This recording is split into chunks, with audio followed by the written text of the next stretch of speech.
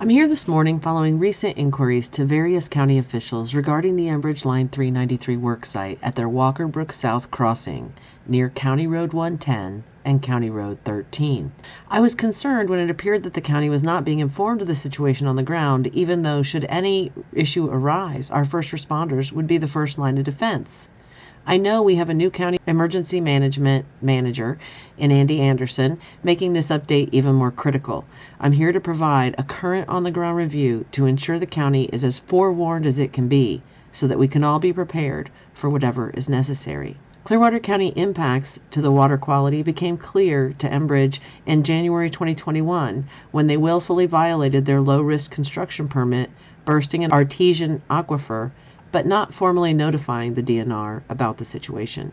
Following Enbridge's admission, in mid-October, A.G. Ellison filed criminal charges for illegal appropriation of state waters without permission.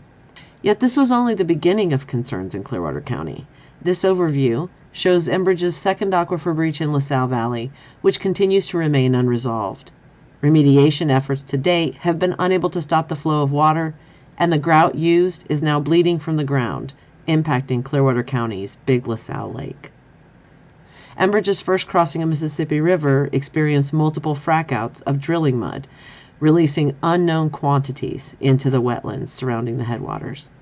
This again was a result of Enbridge's lack of understanding of our waterfield and variegated geology. Concern now is for Walker Brook, where Enbridge has an active work site.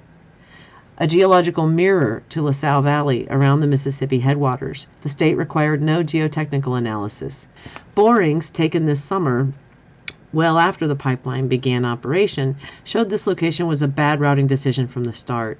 Had we done these borings prior to the project installation, we may have avoided this tragedy. Though warned by expert witnesses, the state did nothing to ensure proper understanding of the land and water. Earlier this month, the Pipeline Safety Trust held their conference in New Orleans, and one of the key discussions with PHMSA, technical experts, and Marathon Pipeline represented on the panel, they discussed the importance of geotechnical work, especially in these days of rapidly changing weather patterns, noting that the costs of impacts justify quite a bit of geotechnical investment and expert salaries.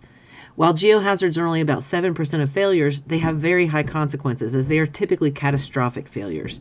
Creeks with uphill pipeline runs are especially susceptible failure locations for a number of reasons. In both the spring of 2019 and 2022, PHMSA issued advisory bulletins regarding potential damages to pipeline facilities caused by earth movement in variable, steep, and rugged terrain or variegated and changing subsurface geological conditions. We can see in this thermal imaging the dewatering pit bleeding water out to the northeast of the work site. This 45-degree water is indicative of deep underground water. While this is December 5th, within days, massive dewatering of the hillside had created a new waterway forming at County 110. As of December 11th, the wet ditch of County 110 is full, and now a creek is running to Daniel Lake, then on to Mississippi River. This water is coming from a large open hole above Enbridge's pipeline, and further concerns have arisen with recent track hoe work. Here we see large piles of dirt on either side of the pipeline corridor. So what does that all mean? The recent failure of Keystone Pipeline at Mill Creek in Kansas reminds us of the risks. These two pipelines have much in common.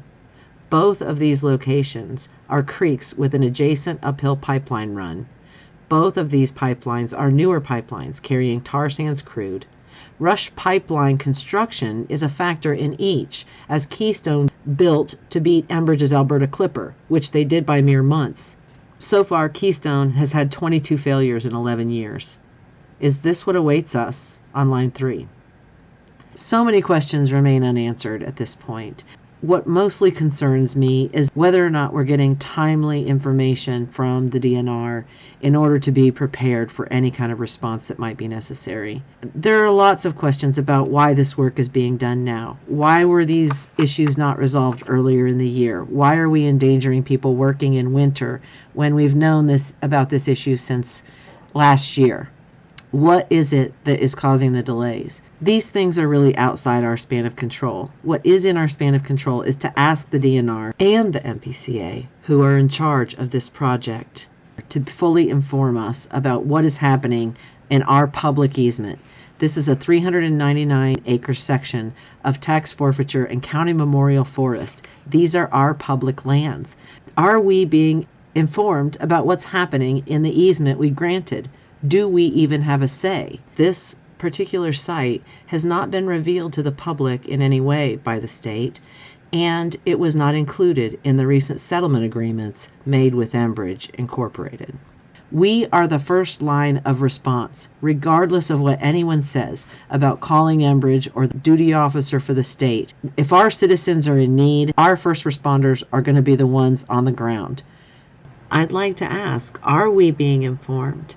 Does the story that we're hearing from the DNR or the PCA or even Enbridge match what we're seeing with this on-the-ground evidence? Are we ready? Maybe a call to the county commissioners in Washington County, Kansas will give us some insights and help us understand how we can be more ready. And finally, in the end, the question that we need to ask is, who pays the costs? Thank you.